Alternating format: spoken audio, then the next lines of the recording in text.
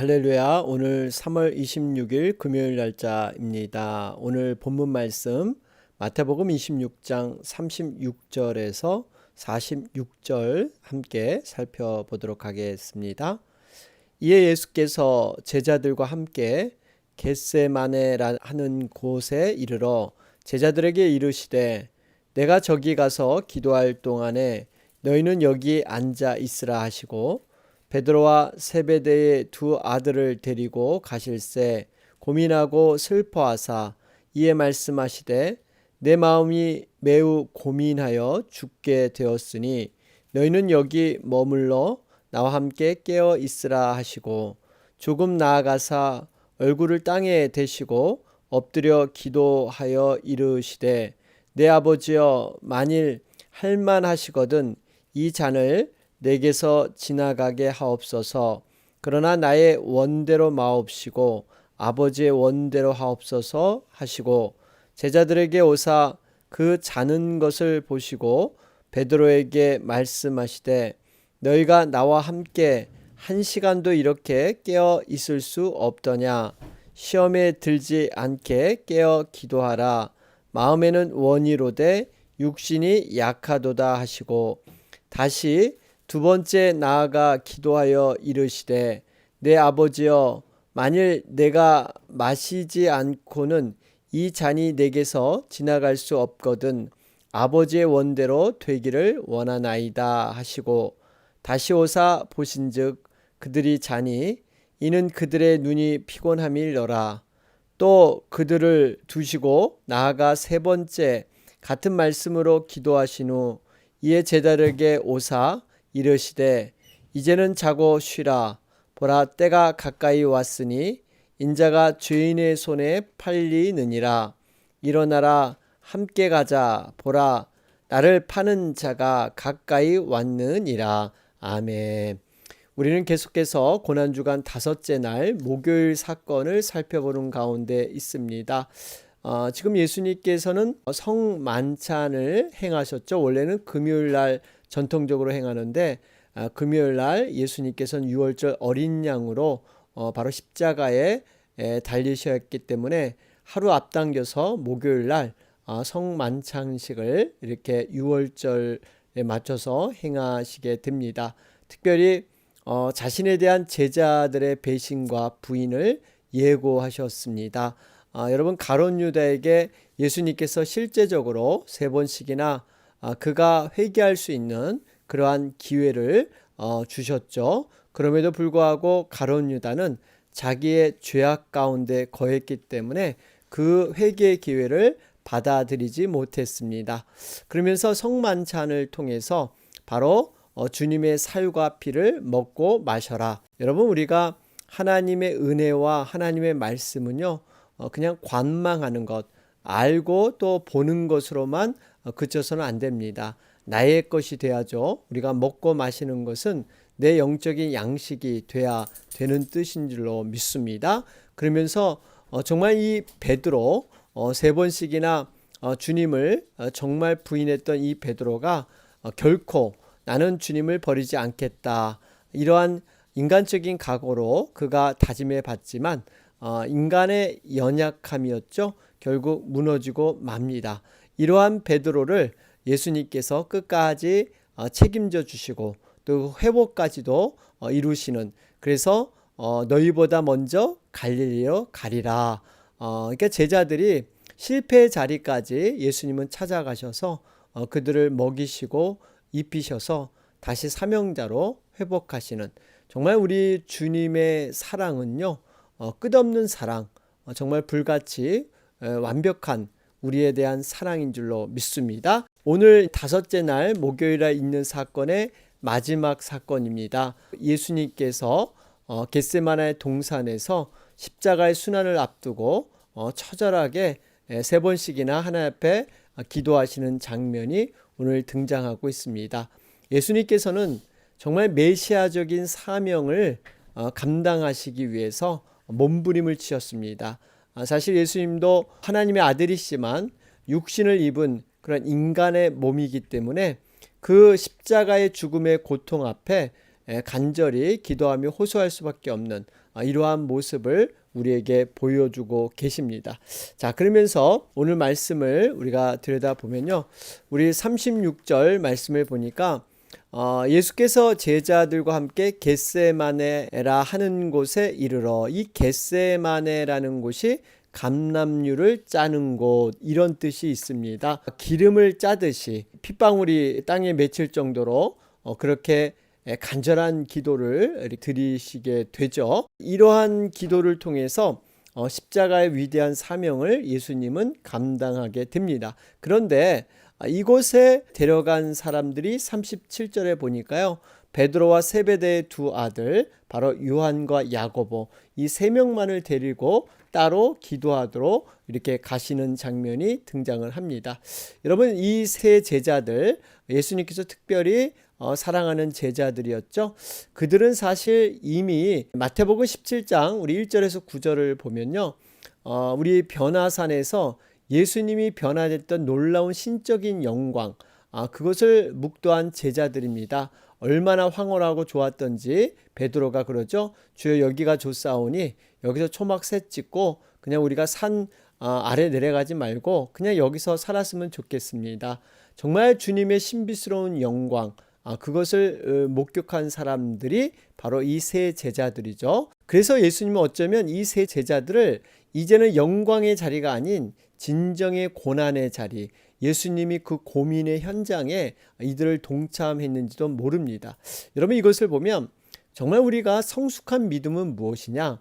단순히 정말 하나님의 영광에만 동참하는 것이 아니라, 성숙한 믿음이라는 것은요, 주님이 가시는 곳, 고난의 현장에도 함께하는 그런 자가 진정한 주님의 제자인 줄로 믿습니다. 우리 주님께서는 진정으로 사랑하는 자를요, 이렇게 영광의 자리에 앉히시지 않고 고난의 장소로 부르시는 경우가 종종 있습니다. 왜냐하면 이 고난을 통해서 정말 그 영광의 의미와 영광의 그 참 축복을 알기 때문에 반드시 광야와 같은 이 고난을 우리를 통과시키는 그러한 하나님의 섭리가 있습니다. 바로 이러한 것들을 우리가 알고 깨닫고 나가야 되는 것이죠. 자, 그러면서 우리 예수님도 솔직한 자신의 형편과 처지를 중보기도 요청을 하죠. 우리 37절에 보면 고민하고 슬퍼하사, 38절에 내 마음이 매우 고민하여 죽게 되었으니, 그러죠? 마음이 굉장히 고민하고 힘들다. 여러분, 분명히 예수님도 인간의 본성을 지니신 분으로 이 땅에 오셨습니다. 그래서 바로 이러한 모든 것들을 위해서 간절히 기도해달라. 그리고 나와 함께 깨어있으라. 이것은 여러분 기도 부탁이지 않겠습니까? 여러분, 하나님의 아들인 예수님도 이 기도의 능력을 알았기 때문에 중보 기도를 부탁했죠. 여러분, 그렇기 때문에 우리가 이 중보 기도는요, 역사하는 힘이 많습니다.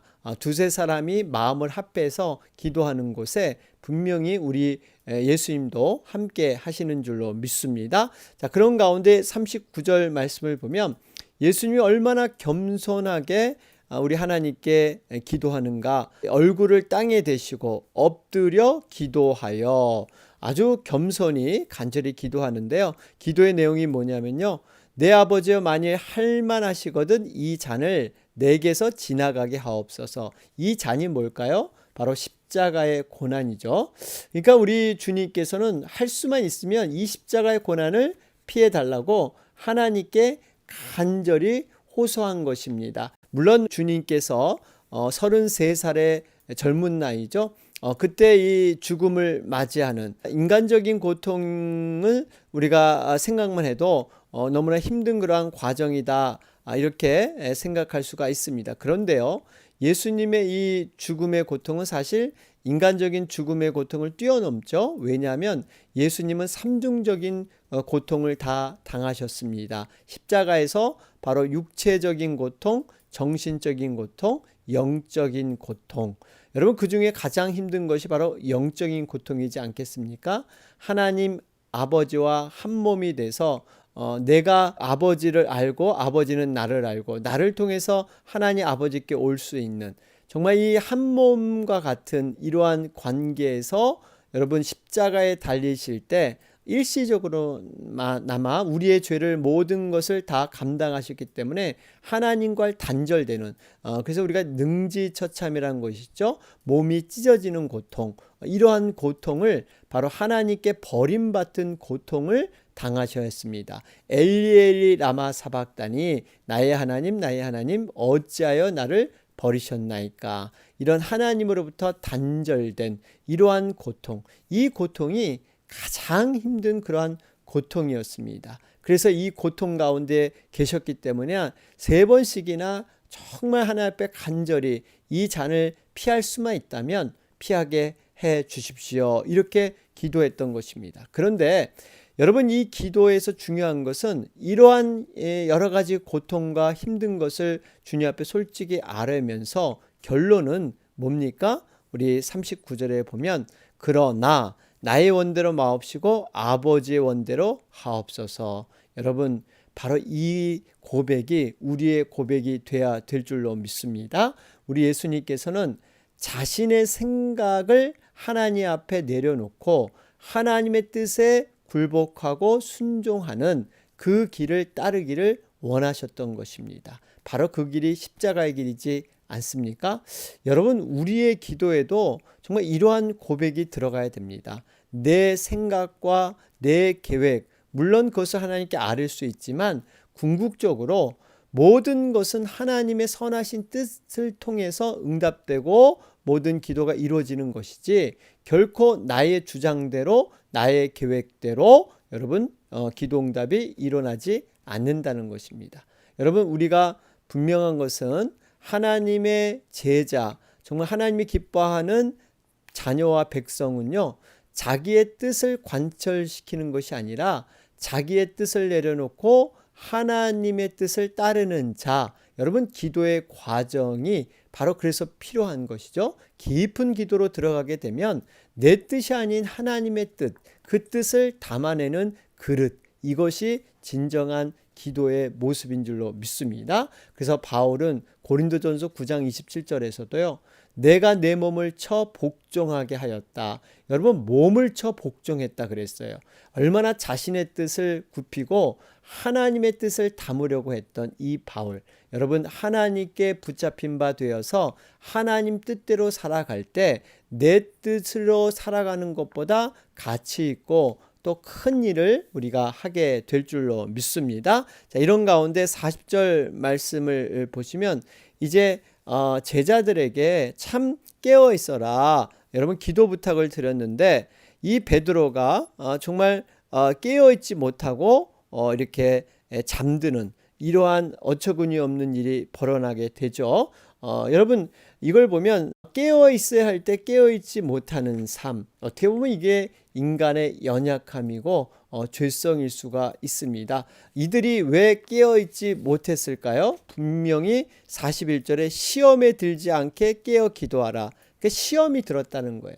여러분, 우리가 분명히 깨어 있어야 할 때가 분명히 있습니다. 그것이 바로 재림이 임박했을 때이지 않습니까? 종말이 더욱 가까워할 때, 여러분 분명하게 근심하라 깨어라 너희 대적 마귀가 우는 사자같이 두루 다니며 삼킬 자를 찾는다. 여러분, 이 말을 누가 했을까요? 베드로 사도가 했습니다. 그러니까 베드로 사도가 지금 과거의 겟세마네 동산에서 자신이 깨어 있어서 기도하지 못했기 때문에 결국 예수님을 부인하는 3번씩이나 부인하는 실패를 경험하고 나서 그 다음에 그가 깨닫는 것이 바로 깨어있는 삶이 무엇인가, 깨어 기도하는 것이 얼마나 중요한 것을 알고 베드로전서 5장 8절에 가르친 가운데 근심하라 깨어라 너희 대적 마귀가 우는 사자같이 두루다니며 삼킬 자를 찾는다. 여러분, 이 말은 베드로가 깊이 정말 고민하면서 체험 속에서 나온 그런 귀한 가르침인 줄로 믿습니다. 그렇기 때문에 우리가 깨어 있을 때 분명히 기도해야 되고요. 또 쉴 때 쉬는, 여러분 분명히 하나님 때를 통해서 우리가 기도의 그런 모든 것들이 같이 해야 된다라는 것을 보게 되죠. 그러면서 여러분, 이 얼마나 이 깨어있지 못하게 하는 것이 누구부터 오는가? 사단이 얼마나 집요한 공격으로 다양하게 교묘하게 공격하는지 모릅니다. 여러분 이해가 안 될 수 있는 부분이 있습니다. 왜냐하면 지금 예수님은 죽음 앞에서 괴로움과 고민과 여러 가지 마음의 형편들을 제자들에게 일러주지 않았습니까? 예수님이 여러분 이런 얘기를 했을 때 얼마나 얼굴에 심각함과 비장함이 들어있겠어요? 제자들이 적어도 3년을 같이 지냈는데 이제 예수님의 얼굴을 봐서 예수님의 마음이 어떻다는 걸 분명히 알았을 겁니다. 그들도 정말 이렇게 잠이 들고 싶어서 들지 않았을 거예요. 이것이 바로 사단의 그런 공격 때문에, 사단은 그만큼 영약하게 여러분 이렇게 제자들을 이렇게 시험에서 무너뜨리게 한다는 것입니다. 여러분 이것이 사단의 정체예요. 그래서 여러분 교회사적으로도 봐도요, 얼마나 이 사단이 정말 우리 신앙이 성숙해지면 성숙해질수록 또 은혜를 받아서 충만해지면 충만해질수록 사단도 진화해서 얼마나 시험과 공격이 더 다양해지고 교묘해진지 모릅니다. 처음 교회를 핍박했을 때 그 교회가 이제 핍박하자 어떻게 디아스포라를 통해서 번성하게 되잖아요. 이게 교회가 이렇게 번성하게 되니까 이제는 이단들을 침투시킵니다. 그래서 교회에 어려움을 주고 있죠. 그러니까 교회가 신학을 정립하고 어떤 이렇게 정통적인 이러한 것들을 하니까 이제는 교회를 타락시키기 위해서 이 국교화시킵니다. 그래서 로마가 기독교화되고 국교가 되니까요. 그로 인해서 교회가 정치와 권력에 결탁하게 돼서 교회가 타락하기 시작합니다. 그러니까 루터와 칼빈 같은 개혁자들이 교회를 개혁하기 시작하죠. 자, 이렇게 해서 또 교회가 또 깨끗해지는가 싶더니 이제는 교회에서 성경 말씀에 대해서 이제는 사실이냐 아니냐, 어떤 인본주의적인 이러한 철학적인 여러 가지 것을 들이대면서 그것이 역사적인 사실이냐 아니냐, 이렇게 자유주의 신앙을 심어놓게 됩니다. 요즘은 물질주의나 어떤 세속문화, 여러분 여러 가지 또 교회 본질을 흐리는 이런 세속의 흐름들, 뭐 동성애라든지 뭐 인권적인 차원에서 뭐 여러 가지 기타 등등으로 해서 지금 계속해서 사단은 지금 교회의 본질 또 말씀의 그 순수함을 이렇게 물들여서 이것을 이렇게 혼동스럽게 하는 것. 여러분 이것이 다 사단의 계략입니다. 여러분 사단은 오죽하면 광명한 천사의 모습으로 우리 곁에 찾아온다고 하지 않습니까? 여러분 우리가 얼마만큼 깨어서 정말 이것을 영적인 분별을 가지고 살지 않으면 정말 이렇게 혼동된 여러분 진리가 진리인 줄 모르고 비진리가 오히려 진리인 척 이걸 믿고 살 수밖에 없는 이런 시대가 바로 지금의 시대다라는 것을 우리는 깨닫게 되는 것이죠. 자, 그러면서 예수님께서 바로 이제 42절에 두 번째 나가서 이제 기도하시고 43절에 다시 오셔서 자고 있는 이러한 제자들을 보게 되죠. 예수님은 스스로 겟세마네 동산에서 하나님께 기도하지만 제자들을 향한 목자로서의 케어, 이것을 계속하고 계시다라는 것을 볼 수가 있습니다. 사실 겟세마네 동산 기도 직전에도 베드로를 위해서 기도해 주시지 않았습니까? 시몬아 시몬아 보라 사단이 밀가부르듯 하려고 너희를 청구하였으나 그러나 내가 너를 위하여 내 믿음이 떨어지지 않기를 기도하였노니. 여러분 누가복음 22장 32절의 말씀입니다. 여러분 이렇게 간절히 우리 주님께서 베드로가 믿음이 떨어지지 않게 간절히 기도하고 있다라는 것을 우리는 알 수가 있습니다. 여러분 지금 예수님은 죽음의 십자가 고통 앞에 서 있는 절박한 상황이지만 그 상황에서도 목자로서 성실하게 그 양떼를 돌보며 제자들을 얼마나 사랑하셨는가. 여러분 이것을 생각할 때 우리들의 향한 그런 하나님의 사랑 여러분 변함없고 우리의 정말 이 부족함에도 불구하고 우리를 끝까지 지키시고 보호하실 줄로 믿습니다. 여호와께서 너로 실족지 않게 하시며 너를 지키시는 자가 졸지 아니하시로다. 이스라엘을 지키시는 자는 졸지도 주무시도 아니하시리로다. 시편 121편 말씀입니다.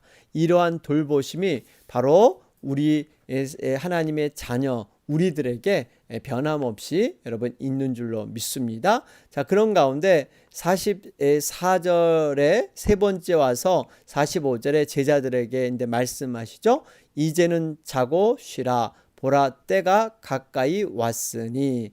여러분, 우리가 이렇게 쉴 때가 있고요, 깨어 기도할 때가 분명히 있습니다. 주님께서 기도를 통해서 겟세마네의 3번의 간절한 기도를 통해서 이제는 십자가를 질 수 있는 영적인 평안함을 얻으셨습니다. 여러분, 그 전에 예수님은 마음이 매우 고민하여 죽게 되었으니 굉장히 마음이 힘들었는데요, 이 기도를 통해서 이제 하나님과 교통하고 하나님의 뜻을 분명히 깨달았기 때문에 그 뜻을 감당할 수 있는 그런 영적인 담대함과 평안함이 여러분 기도를 통해서 이루어진 줄로 믿습니다. 여러분, 우리의 기도도 이러한 기도예요. 우리가 때로는 어떤 환경과 어떤 우리의 기도의 응답이 결과의 모습으로 나타날 수도 있지만, 바로 이렇게 우리의 마음을 담대하게 만들어주는 것도 기도 응답의 하나인 줄로 믿습니다. 그러니까 하나님께서는 환경을 바꿔주시든지 조건을 변경시켜 주시든지 아니면 내 마음을 변화시켜 주셔서 그 고난의 길을 이렇게 통과하게 하는, 그것을 정면 돌파하게 하시죠. 이러한 것도 하나님의 응답의 방법이다라는 것을 우리는 알게 됩니다. 여러분, 그래서 우리가 모두 정말 기도할 때 하나님께 온전히 맡겨야 합니다. 여호와는 나의 목자시니 내게 부족함이 없으리로다. 하나님이 진짜로 나의 목자가 되시면 내게 부족함이 없다고 고백했던 다윗. 여러분, 우리가 사실 기도 가운데 여러분 소원이나 어떤 문제 해결, 무엇을 원해서 달라는 기도, 이 기도를 많이 하십니까? 아니면 감사 기도를 더 많이 하십니까? 많은 우리 크리스찬들은 앞부분 소원 기도나 달라는 기도, 여러분 부족함이 없다고 우리는 고백하면서 무엇이 부족해서 늘 달라고만 기도를 하고 있을까요? 뭔가 그러니까 우리가 하나님 나라의 가치를 분명히 깨닫지 못했기 때문에 우리가 부족함이 늘 이렇게 보이고 그 부족함 때문에 우리는 좌절되고 실망하는 이런 경우가 많다는 것입니다. 여러분, 분명한 것은 이 하나님에 대한 가치, 영적 세계에 대한 가치, 여러분 이 가치를 분명히 우리가 해야 될 줄로 믿습니다. 자, 그러면서 결론적인 46절의 말씀입니다. 일어나라, 함께 가자. 보라, 나를 파는 자가 가까이 왔느니라. 일어나라, 함께 가자. 여러분, 일어나라, 함께 가자. 여러분, 이게 사실은 어떤 좋은 일, 영광스러운 일을 위해서 함께 가는 게 아니라요, 고난의 현장으로 함께 가자는 것입니다. 지금 예수님께서 이제 곧 잡히시고 십자가에 달리셔서 골고다 언덕에 돌아가시게 되는데, 지금 그 고난의 현장에 우리가 함께 가자, 이 의미예요. 여러분, 우리 성도들은 주님의 뒤를 따르는 자들입니다. 제자는 스승의 길을 따르는 사람이 제자들이죠. 우리가 세례를 받는 의미가 어떤 의미가 있냐면요, 예수님과 함께 죽고 예수님과 함께 사는 공동 운명체, 이것을 받아들이겠다는 맹세 내지 서약하는 의식이 바로 세례 의식이죠. 그러니까 우리 세례받은 교인들은요, 성도들은 예수님의 그 신앙의 영광의 자리뿐만 아니라 고난의 자리도 함께 가야 합니다. 이것이 진정한 우리가 세례받은 의미이고, 또 우리 주님을 믿고 따르는 그런 믿음의 과정인 줄로 믿습니다. 바라기는 정말 겟세마네 동산까지 주와 함께 가려 하네. 여러분, 이러한 그 찬송가 가사가 있지 않습니까? 우리는 주님을 쫓을 때 과연 어디까지 함께 가기를 원합니까? 겟세마네 동산까지 우리 주님과 함께 여러분 가야 될 줄로 믿습니다. 자, 오늘 금요일 날짜입니다. 오늘 우리 목장 모임 오전 오후에 있습니다. 여러분 위에서 함께 기도해 주시고요. 교회를 위해서 여러분 특별히 예배를 위해서 함께 기도해 주시면서 육신이 연약하신 분들 회복을 위해서 여러분 간절히 기도해 주시기 바랍니다. 다 같이 기도드리겠습니다.